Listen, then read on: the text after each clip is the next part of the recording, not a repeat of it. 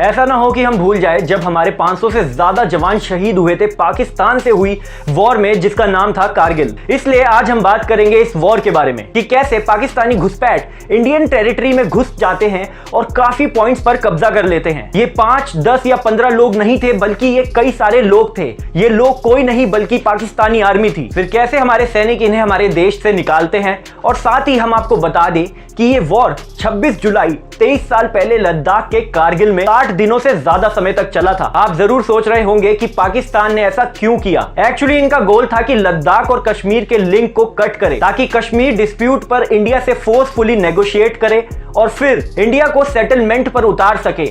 लेकिन होता कुछ और ही है। तो आइए जानते हैं इसके बारे में। अब अगर शुरू से देखा जाए इस पूरी घटना को, तो होता यह है कि एक चरवाहा जिसका नाम था ताशी नामग्याल, उनकी एक याक खो जाती है। तब उसकी तलाश में ये देखते हैं कि कुछ लोग काले कपड़ों में जिनके हाथों में हथियार होते हैं वो गड्ढा खोद रहे थे और बर्फ भर रहे थे। लेकिन इनको शक होता है कि वो लोग घुसपैठ है। तभी नामग्याल पास की एक आर्मी पोस्ट पर जाते हैं और वहां सैनिकों को बताते हैं कि उन्होंने कुछ लोगों को हथियारों के साथ देखा है और उन्हें डाउट है कि ये लोग घुसपैठ है। कारगिल वॉर में सबसे पहले यहीं से पता चलता है इंडियन आर्मी को कि हमारे देश पर अटैक हुआ है। मतलब ये इंफॉर्मेशन करेक्ट निकली। हालांकि इंडिया पाकिस्तान में ये एग्रीमेंट हुआ था कि एलओसी को कोई नहीं लांघेगा, लेकिन फिर भी पाकिस्तान ने इस एग्रीमेंट को ब्रीच कर दिया। अब पाकिस्तानी इंट्रूडर्स ने काफी सारे पॉइंट्स एंड पोस्ट पर कब्जा कर लिया था। ये पॉइंट्स अलग अलग नाम से होते हैं जो इंडियन टेरिटरी में पहाड़ी में ऊपर की तरफ आते हैं, जहां से कश्मीर और लद्दाख को अलग किया जा सकता था। इसे आसान भाषा में आप ऐसे समझ लीजिए कि ये हमारे देश की जमीन थी जिस पर दुश्मनों ने कब्जा कर लिया था। इसलिए अब जितने भी पॉइंट्स और पोस्ट जिन पर कब्जा कर लिया था, हमें उनसे वो सब सूद समेत वापस चाहिए था। इसलिए हमारी तरफ से एक ऑपरेशन स्टार्ट किया गया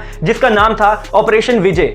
अब यहाँ पर हमारे जवानों के लिए सबसे मुश्किल बात यह थी कि हमें ऊपर की तरफ चढ़ना था और एक एक करके सारे पॉइंट्स वापस लेने थे। ये वो पॉइंट्स थे जो हमारे देश यानी कि इंडियन टेरिटरी में आते थे, लेकिन पाकिस्तानी आर्मी ने एग्रीमेंट को तोड़कर घुसपैठियों की तरह आके हमारी इन पॉइंट्स पर कब्जा कर लिया था। फिर 26 मई को इंडियन एयर फोर्सेस ने एयर स्ट्राइक करी। फिर 13 जून को हमारे जवानों ने बहुत स्ट्रेटेजिकली सारे मूव्स लिए पाकिस्तानी ट्रूप्स को विड्रॉल किया और टोलिंग कॉम्प्लेक्स को रिकैप्चर किया। फिर 4 जुलाई को टाइगर हिल को रिकैप्चर किया। इन पॉइंट्स को रिकैप्चर करना जरूरी था क्योंकि यहां से बैठकर दुश्मन आसानी से हमारे जवानों को निशाना बना सकता था। इसलिए इस वॉर के दौरान एक चैलेंज ये भी था कि इसे रात में ज्यादा लड़ा गया ताकि दुश्मन को यह पता ना चल पाए कि हमारे जवान उन्हें खदेड़ने आ रहे हैं। और दूसरा सबसे बड़ा चैलेंज हमारे जवानों को पहाड़ी पर ऊपर की तरफ चढ़ते हुए फाइट करनी थी। और थर्ड, हमारे जवानों ने कुछ पॉइंट्स के लिए वो रास्ता चुना जहां से दुश्मन ने कभी सोचा ही नहीं होगा कि हमारे जवान इस रास्ते से भी इतने भारी भारी एम्बिशंस के साथ चढ़ सकते हैं और फिर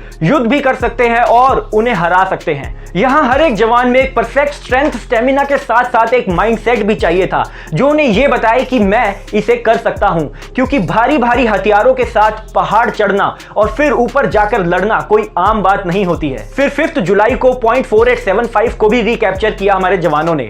इस वॉर में लगभग 60 दिन लगे और 500 से ज्यादा जवान शहीद हो गए। ये वॉर एक नॉर्मल प्लेन ग्राउंड पर लड़े जाने वाला वॉर बिल्कुल नहीं था। दुश्मन को बहुत सारे बेनिफिट्स थे यहाँ पर, लेकिन अपने देश की रक्षा का सवाल था। इसलिए दुश्मन को लाख बेनिफिट्स होने के बावजूद भी हमारे जवानों ने इस तरह से उन्हें हराया जो कि अनबिलीवेबल था, और तभी ये वॉर एक इतिहास बन गया। इसके बाद 14 जुलाई को हमारे देश ने डिक्लेयर किया ऑपरेशन विजय सक्सेसफुल हुआ। इसके बाद 26 जुलाई को इंडियन आर्मी ने ऑफिशियली अनाउंस किया कि घुसपैठियों को पूरी तरह से साफ कर दिया गया है और अपनी जमीन को वापस अपने अंडर कर लिया गया है। इसलिए 26 जुलाई को हमारे देश में कारगिल विजय दिवस के नाम से मनाया जाता है।